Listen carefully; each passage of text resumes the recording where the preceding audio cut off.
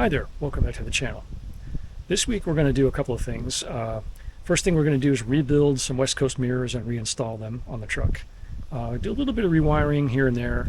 We're going to pull an electric steering unit out of a Nissan Versa in a junkyard, and then compare that with some other parts I've got sitting around. We're going to break apart a column shift unit that I've got sitting in the garage, just to see if I can cobble a bunch of parts together to make something work. And then we're going to do some interior work on the truck, including tearing all the insulation off the ceiling and prepping that for paint. So stick around and I hope you have some fun. So if you've ever been interested to know what's inside an International West Coast mirror, here's your chance. Basically, you got the mirror here. There's a rod that goes through on the top and the bottom. You can see that mine are not coming through anymore. They basically rusted to the point where the bolts snapped off when I tried to adjust them. So what I wound up doing was cutting the bolts off at the very edges. You can see there, that one's come off. And basically you can just pop the end caps right off because they're held in place by those bolts. And then you can basically take the mirror and slide the mirror out.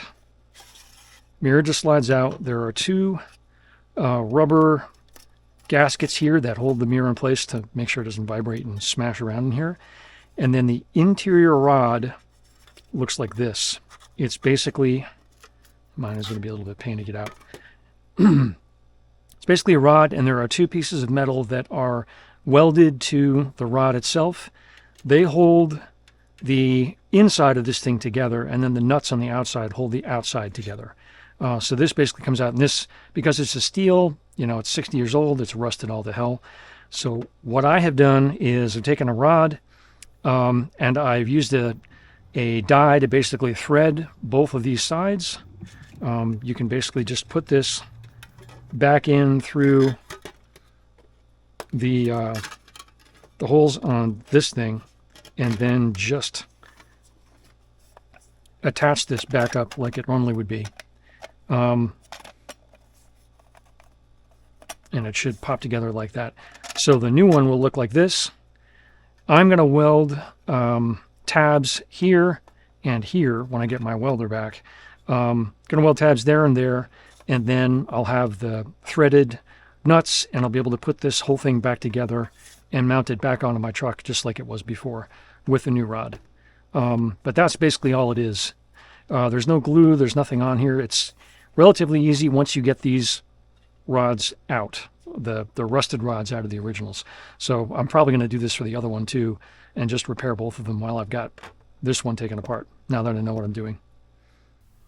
So I got myself a really nice 1/4 inch 28 pitch die and a couple of lengths of 1/4 inch rod, and started threading a couple of rods to fit this thing. Super easy, just threw it in the vise and just take your time, throw some WD-40 on there, keep it nice and lubricated. That went on really easy. Just measured out how far it had to go inside to basically use the end of the threads as the stop, and then moved on to the next step, which was finding the hardware. And that was the hard part, actually, was finding 28 pitch stainless hardware in my area. I had to drive around to 3 different stores to get it, which was really annoying. This is the original housing off of my truck, or the original housing that I bought. And you can see here, this aluminum is basically beginning to flake off and come apart. This is the one I got from Don online. This is actually in better shape. I actually bent this back out. It had been bowed in here. I put a pair of wide nose pliers on it, or wide mouth pliers on it, and bent it back into shape. I'm going to use this housing because this one is just a bit too far gone, and I can actually start seeing that over the end cap. So now I'm going to put this thing together. I'll show you how I'm putting it together. So instead of going with welded end caps like this one had, what I'm going to wind up doing is using the threads on this rod and some lock washers, some nylock washers, to basically set this thing in place, and then just use some washers on the inside to hold this in place. So popping the other end caps off of this one, if I put a good end cap on here, slide that in place, you can see that screw holds that washer in place. This one will do the same thing. This washer goes down all the way.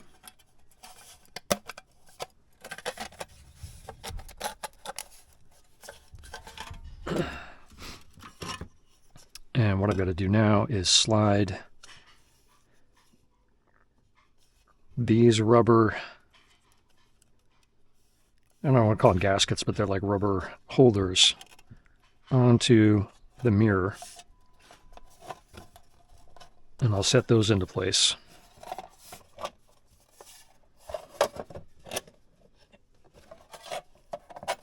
It's a pain to try to slide it on this way, so I'm gonna pull this out just barely and put the mirror in place.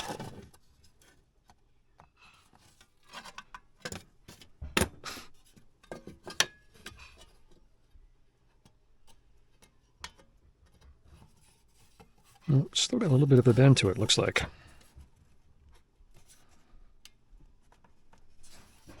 That might work in our favor, though.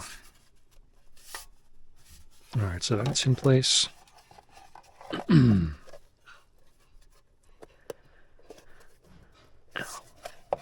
Pull this out just a hair.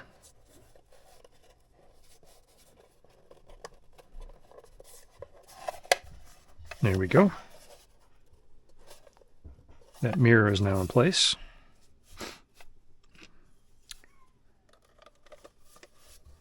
I can put one end cap on, and then what I'll do is very carefully push this rod all the way up till it goes out of the hole.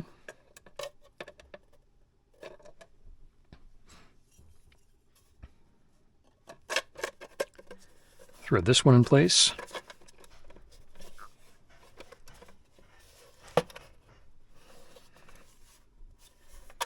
Just barely doesn't want, oh, it's caught on that back lip there.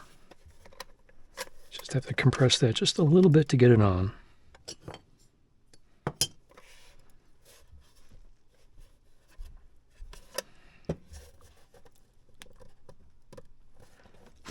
Huh.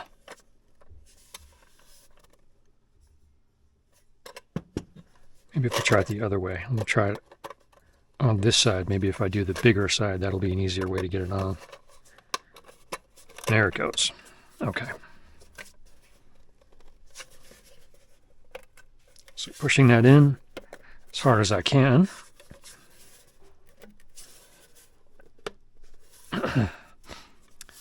Those are firmly in place and they're not going anywhere.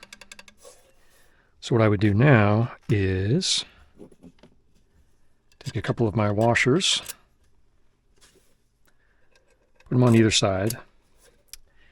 My local hardware store, my local big box hardware store, is kind of crappy for stainless stuff, but I was able to find enough to work with here. So I'm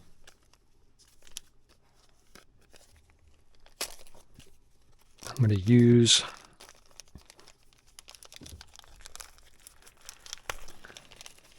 I'm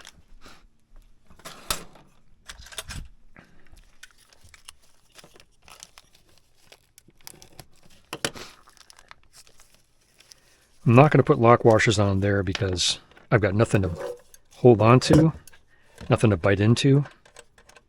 So I'll put those aside. I am going to use, these are the leftover lock nuts that were on the original, so I'm just going to use those for now. Slide one on there, put one on this side.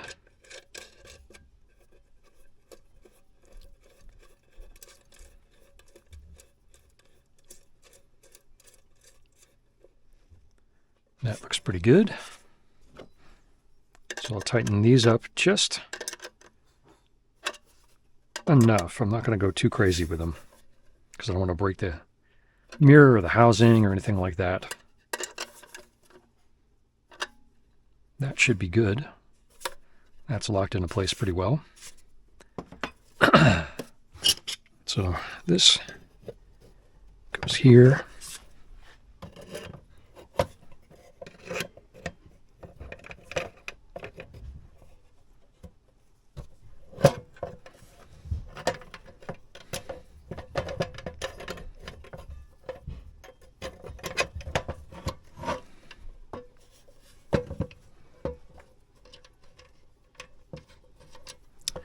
I think that lock nut, or that cap nut,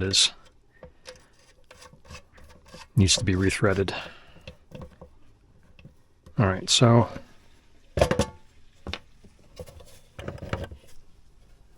when all is said and done,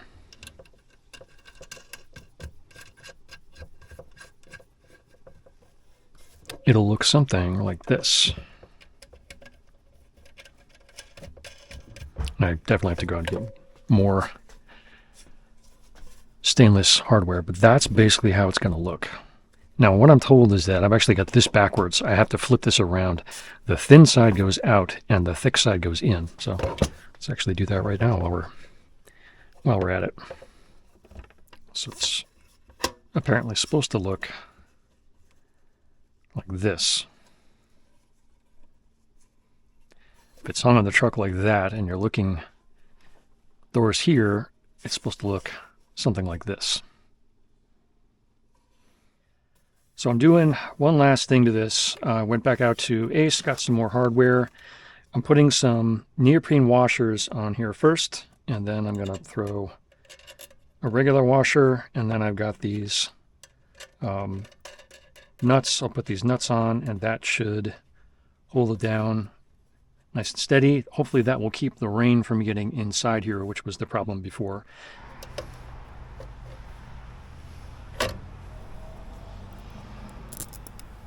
And then putting these things back on was super easy. Just a couple of bolts, no big deal. Everything mounted up really fast. I'm going to go around to the other side now and test out and see what it looks like. The camera up on top of my forehead makes it so that you really can't see it exactly, but it lined up almost perfectly in the first try. So now I'm taking out the bolts on the driver's side, and I'm going to do the exact same deal with the driver's side that I did on the passenger side. But before I went back inside, I had found a switched power lead from the front of the truck to the rear door and wanted to put the license plate light on permanently. So I'm just opening up the access door here, taking the whole thing apart, spent some time putting new wiring in and heat shrinking it and everything, and then mounting this thing securely to the back door. And now you go in, you hit the marker lights, and I've got a really nice LED working license plate light on the back of the truck, which makes me super happy. License plate light is in, and it's firm, so that's good.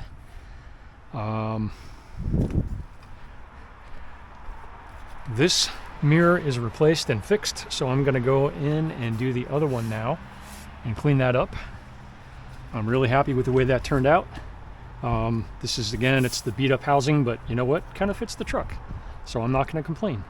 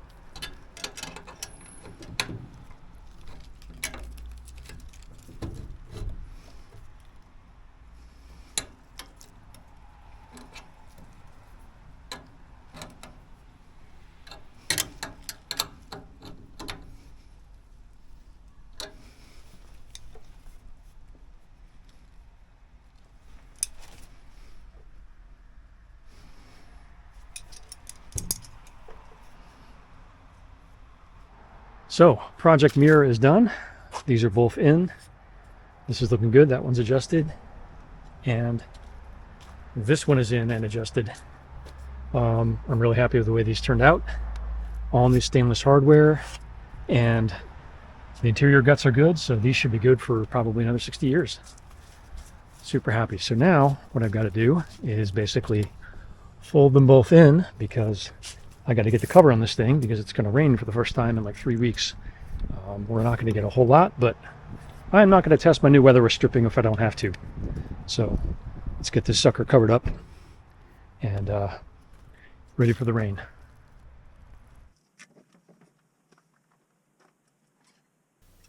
You're now joining me in the wheel well of a 2008 Toyota Corolla. I'm looking at the electric steering box that's under the dashboard here. Somebody had already at this point helpfully torn half of this car down for me. The door was gone, the steering wheel was gone, a whole bunch of the plastics under the dash were gone. And at this point, I'm just looking at it, trying to figure out, how this thing is put together. As I got into it a little bit more, I noticed that the linkage from the bottom of the motor down to the actual steering rack had already been pulled. Somebody had helpfully taken that out.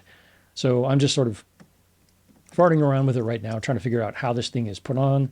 I'm about to slide the sleeve off of here that's got like the key unit and everything else, just to get a better look at what I'm looking at. But in a minute, I moved on to another Corolla that I found did not have a steering box at all. I guess it was just completely manual steering. So then I moved on to my next candidate on the lot, which was a couple rows over and a couple of cars up.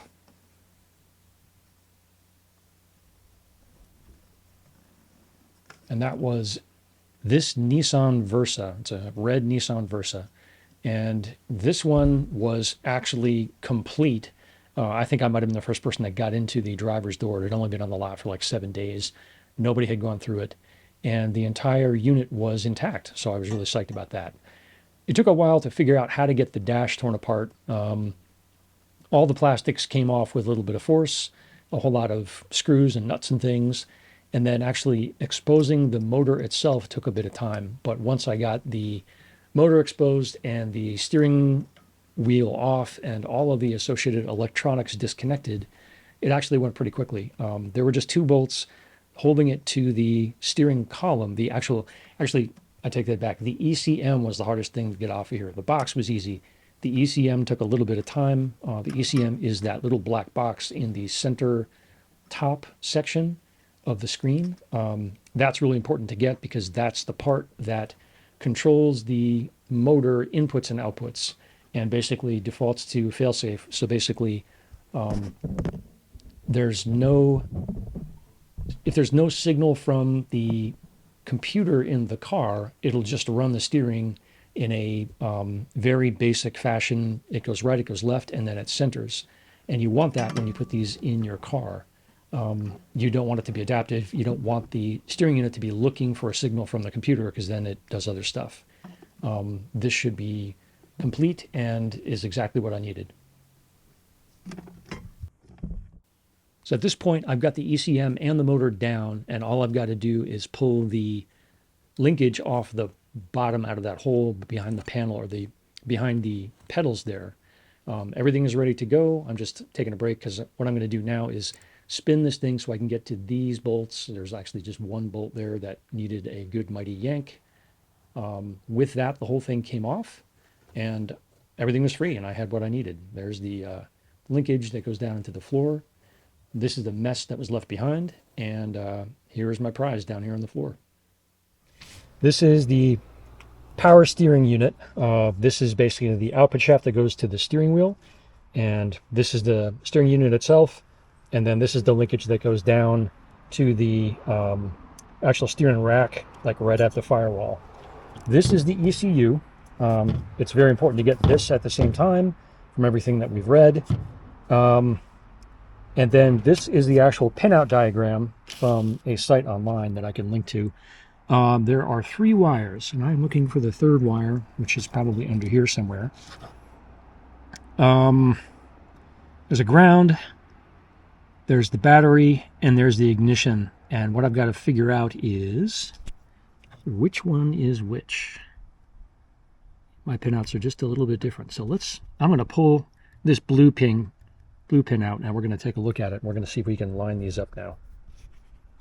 So according to the pinouts online, this is really super simple.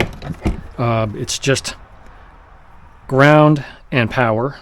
So I've got a 12 volt bench tester right here. All I'm going to do is basically just ground this thing, and you can see it works. So I know I've got a good unit here, which is awesome. So I'm going to put this aside and wait for a better time, probably later in the winter, and I'm gonna figure out where this is going to go in the engine compartment, because I don't think it's going to fit under the dashboard. I'll have to figure out exactly how I'm going to install this thing. But this is a great next step. Glad to have found this and got it. So I'm looking at my second spare column. This is the one that came from the column shifted truck. I'm going to disassemble this now just to see if I can figure out what's going on inside this thing. I've already done some preliminary looking to get this thing apart. Basically, this is basically you push it down and turn it, and it should spin out.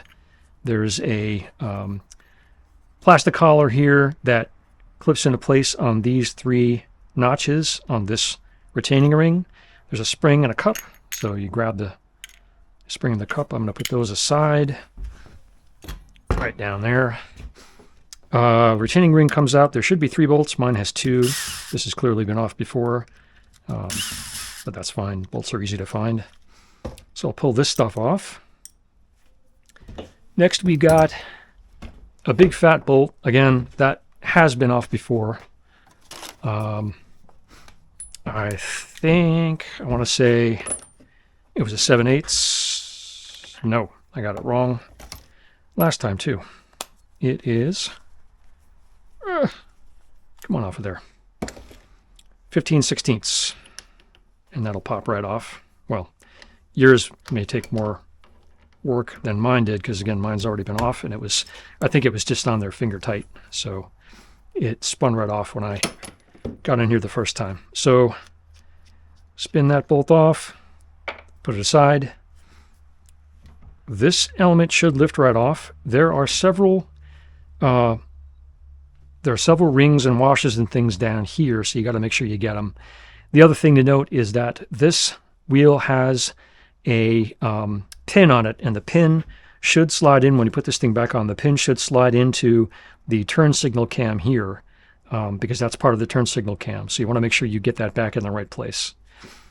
All right, so I'll put that wheel down there for a minute. Looking inside this thing is pretty interesting. It's got a hazard flasher, which mine does not have. It would be nice to have that in mine. Bunch of elements. The turn signal cam on this one looks like it's in really good shape. It looks like it's working fine. So that's good to know. I don't need any of the gear, this column shift gear stuff. So I've got to figure out now if this is the unit I'm going to use, how I would remove the column shift stuff but keep the outer shell of this thing, and then be able to swap mine in for this. And I'm not sure how I'm going to do that yet. So what I found next was that if you lift this up, the whole center part, basically the whole actual shaft of this thing, will come out on its own. Now you'll notice there's one, looks like a cap ring here. There's a spacer, and then there's it's like a some sort of a retaining, I don't know, washer or something that is actually, what's the word I'm looking for, tapered. And it's just slathered in grease. So I'm going to put that right here for a minute. I'm going to just lift this thing up and see what happens, because I'm really curious. All right, so it's basically just the actual steering rod itself that goes down to the rag joint. Everything else here, yeah, this is all of the column shift stuff. So the column shift stuff looks like it's on an inside shaft. Okay, so that's very interesting.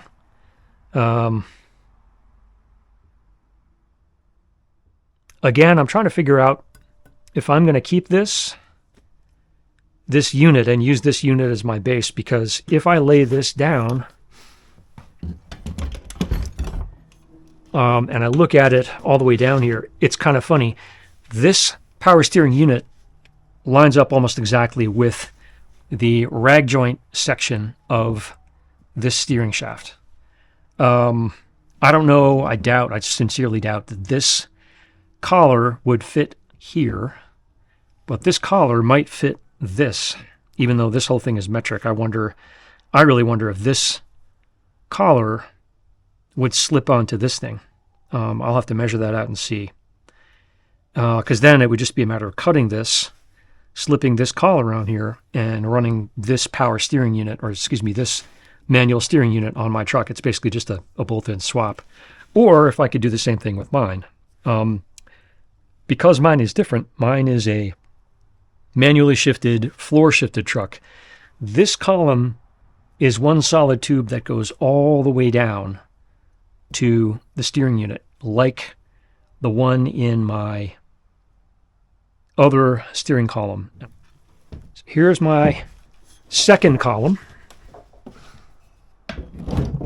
This column was for a power steering truck. This truck had power steering,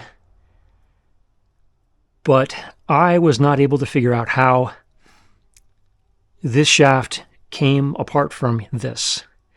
I'll link to that in a video and show it to you. It's absolutely crazy. I had to basically cut these arms off and then unbolt the whole thing and take the whole thing out as one single unit. It was nuts. I kind of wonder if this will disassemble exactly like that. I kind of think it probably will. I think if I take this off, steering wheel off, I would bet that the shaft now maybe the shaft wouldn't.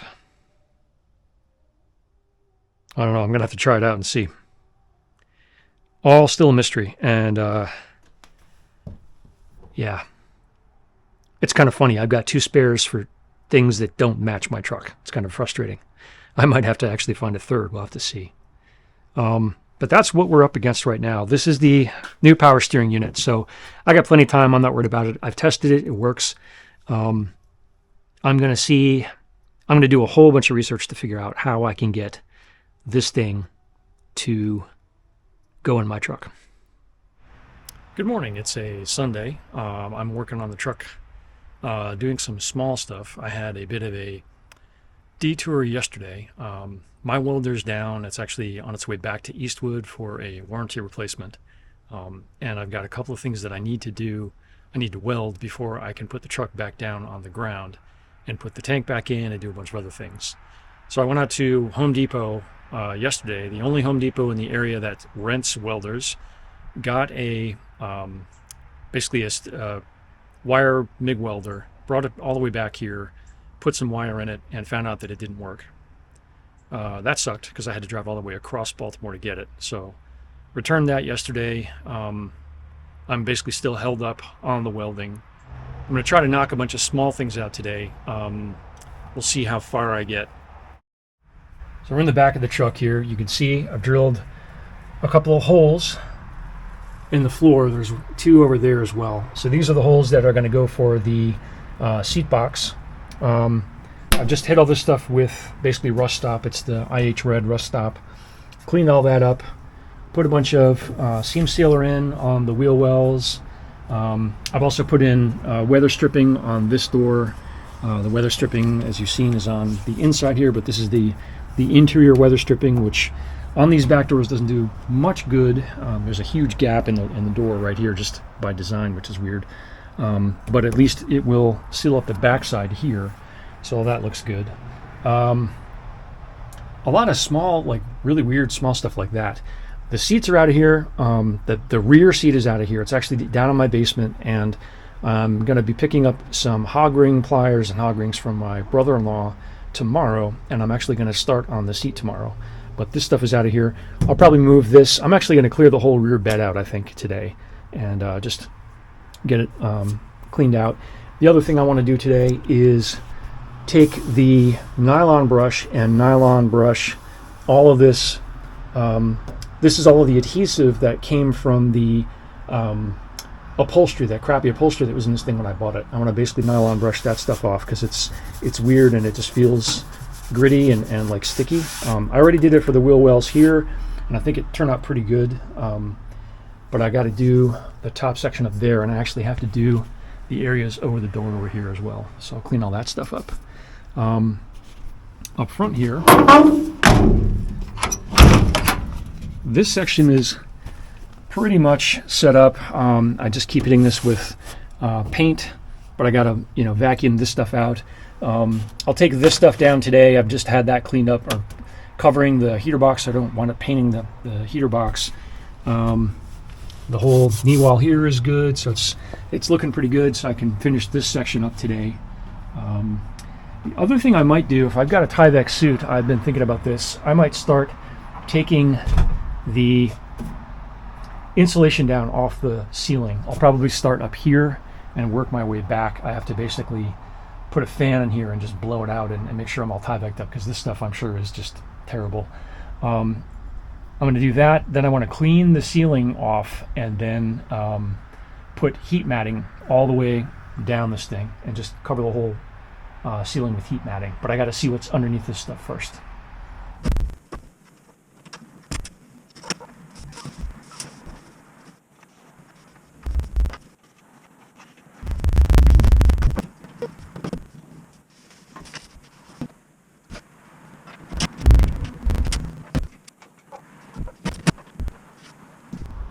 So there's the seat box installed. It's not all the way in because I'm going to have to pull it back out, and I'm going to have to clear coat it probably in the spring, or if I get a nice warm day this winter, which I kind of doubt. But it's in place. Pretty happy with that. These are the pins for the actual hinge itself, so I'm just going to leave those in here for now. Just some simple lock washers and bolts. Should be pretty easy to finally put in place. So that is good. Now I'm going to switch to this whole section and get this section cleaned out. You can see over there the seam sealer I put in on the edge, and I put some in on this edge too. I'm going to hit that again with another coat really quick. So here I'm using a nylon brush on my drill to get rid of all of the last of the adhesive that they used to stick the crappy upholstery on the inside of this truck. Really annoying, and it did take off a little bit of the paint here and there, but it's the only thing I can figure out to get this stuff off. And here what I'm doing is drilling out the spot welds on this metal panel above the rear barn doors. It's just so chewed up. I'll show you in a minute what it looks like. Thankfully there weren't as many spot welds in this panel as there were in the panel on the green truck, so it was easier to get out. You can see here there's just one little bit of metal that was being annoying. So I used the hammer and a screwdriver to just bang out the rest of it here. Once this came out, I got a better look at what was behind it, which was exactly what I thought it was going to look like. This is the valance panel from the green truck, and as you can see, it's bigger than this one. This is a liftgate truck, mine is, or a tailgate truck, mine is a barn door truck. And this one is narrower than mine. The barn door is actually wider than the tailgate is. So I can't just cut this thing down and put a curve in it and call it good. But what I could do is I could use the compound curve that's here to fix this section here and this section here. This is already preformed. I could use that. That would actually be really easy, and then I might be able to cut other sections out to repair. If I cut squares out of this stuff, and this clearly, I can use parts of this metal, because it's the same thickness, to fix this piece. So this will be a really nice wintertime project, I think, when it gets colder. As you can see here, this is the interior section of that valance, and it's pretty rusty. So I'm going to basically, I just hit it with a quick wire wheel. I'm going to wire wheel as much as I can out of this. I'm going to dump a bunch of encapsulator and stuff down here. I'll probably actually go to Eastwood and see if I can get some, there's like a chassis a chassis filler, you can, it's like a spray bottle. It's got a long wand, and you can actually just dump the wand down these holes and, basically fill this whole cavity with chassis. It's basically encapsulator. Do that for both sides, clean that stuff up. Because they didn't do any, there's no paint on this. They didn't do any welding or, any primer or anything on any of this metal. And it's also the same case inside that cavity there. So that cavity has got to get hit at some point. But this is what I can expose for right now, so I'll clean this up. And I think next thing I'm going to do is actually start taking this stuff down. But I've got to go get a Tyvek suit. At this point, got the scraper out and started scraping all of this crappy insulation off of the roof of the truck. The back section went really, really quickly. I was actually quite surprised. The adhesive that they sprayed on the top of the truck came off pretty easily back here. It wasn't too bad. There were some places on the edges where it got kind of thick and soupy, but for the most part, that part was easy. Once I got up to the front, there were a lot more sections where it was thicker and heavier, especially around that area right above the front seat that it got kind of hard to get off. And then above the two visors in the very, very front.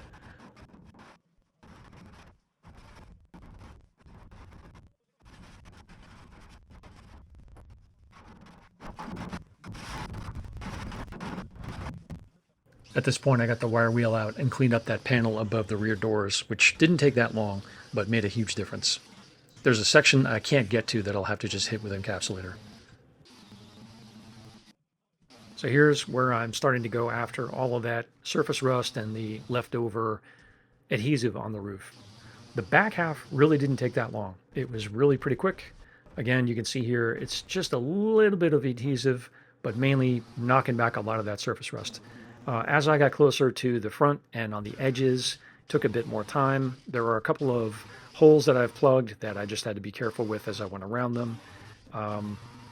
As I got up to the front bench seat and that area over the seat and by the visors, I had to take a lot more time scraping and getting rid of that adhesive, just really grinding it out.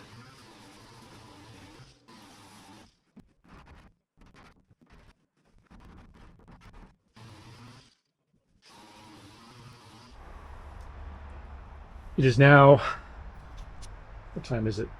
It's about 10:05. It's getting dark outside, and I am pretty much at the end of this particular workday. But I'm pretty happy with the fact that the entire ceiling has been stripped. I've got the entire ceiling, all of that insulation is down, and I've wire wheeled the entire thing, and I think I've gotten all of the vestigial glue that was stuck up there down. It's as flat as it's going to get. So now I've got to figure out how I'm going to tape it off and paint it. What I'll use, I'm not really sure yet. Probably just a spray can of something, like 4 or 5 giant spray cans of Rust Stop or something. It is a little rusty here and there. There are some areas up front where the area around this hole that was there is pitted. This was the worst of the water intrusion because I think this had been open for years. And so you can maybe see here it's pitted. It hasn't gone through. It's still in decent shape. So what I might do is actually hit this with encapsulator and then shoot the rest of it with Rust Stop. But I've gotten the entire perimeter, everything that would be exposed, and then eventually when I do the headliner tucks into this thing, so you won't be able to see any of the stuff along the inside of the perimeter there. So it's all looking pretty good. I'm happy with that day's work, and it was just cold enough that I put on a Tyvek suit and I was just beginning to sweat when I had to finish. So waiting until wintertime was a good idea. So there's the end of that. I'm going to now lock up the truck and put all the stuff back in and get everything organized, but not a bad day's work. So that's it for this video. Hit like or subscribe if you enjoyed what you saw here, and I'll see you in the next one. I wanted to make one quick other plug for my threadless store. It's up at a link down below. If you like this shirt, I've got a bunch of others like this in a couple of different colors. And there's a bunch of other Scout merch there too. Every dollar you spend there goes right back into these trucks. So if you like what you see, please buy early, buy often. Thanks.